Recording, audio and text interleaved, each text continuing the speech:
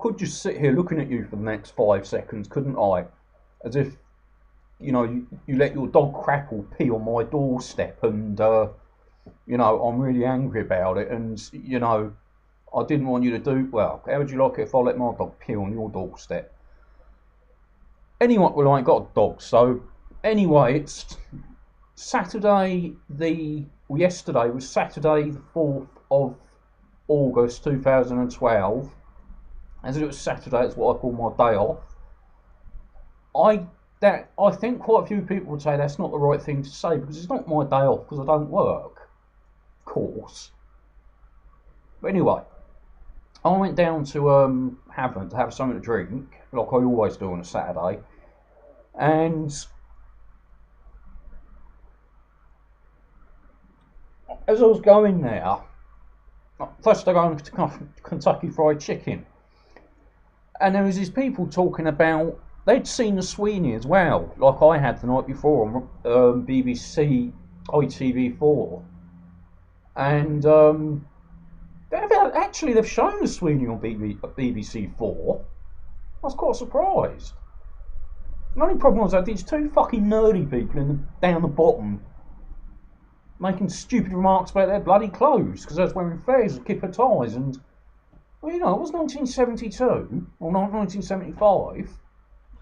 But anyway, I heard a couple of people in Kentucky Fried Chicken talking about the Sweeney and why they were called the Flying Squad, and I think a man said that they were called the Flying Squad because they used to go around chasing people who'd stole planes. They weren't called the Flying Squad because of that, or they're not called the Flying Squad because of that. They're called the Flying Squad because they chase armed robbers about and catch them, which is a bit silly, really. It's a bit like a thing being called the Rabbit Savers Association, when they don't save rabbits, they save horses. But and I did say to them that no, it's not. That's what they do. They catch armed robbers and basically, and the criminals. Because I think one of the things they said in the programme was about faces. Go through the faces or something like that. And I said, that's what they call them. That's what they call the criminals, faces. And they looked at me and said, where the fuck do you know so much about this? And I said, because I've watched the Sweeney all my life. It's been repeated all my life. And it's one of those programmes that I've watched for a long time, seen for a long time. And to be quite honest, when I was a child, a teenager growing up, I nicked a load of trolleys from the hypermarket, put them in a car park, ran round collecting them, seeing how fast I could collect them, and timing myself. Maybe I wouldn't be living like this now. Maybe I'll be getting less money than I get on benefits, having to pay my own rent and council tax, and basically having a shitter life than I've got now. But I think David Cameron's going to put the likes of me in my place sooner or later, and he's going to stop all our benefits. So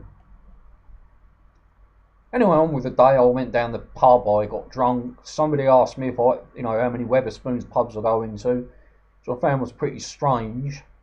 Because it's a weird question to ask, isn't it? Go up to someone and say something like that. He didn't say he was doing any surveys or anything.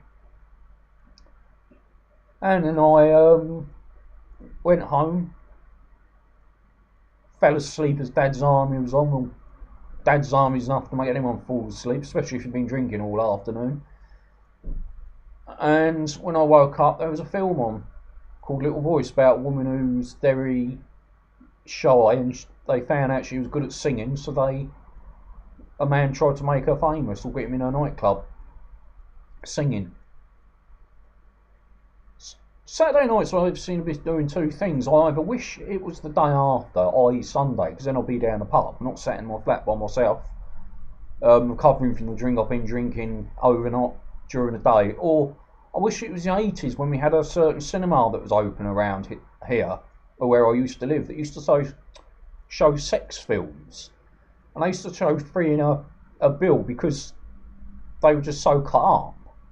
The films have been so edited to get all the good bits out of them. But it was a good place to go because, you know, I'd been drinking. I didn't really want to go home and have my dad lecture me about the ills of drink. And I'd go there and I'd just fall asleep on on the chair in there, and then probably get thrown out about 5 o'clock in the morning.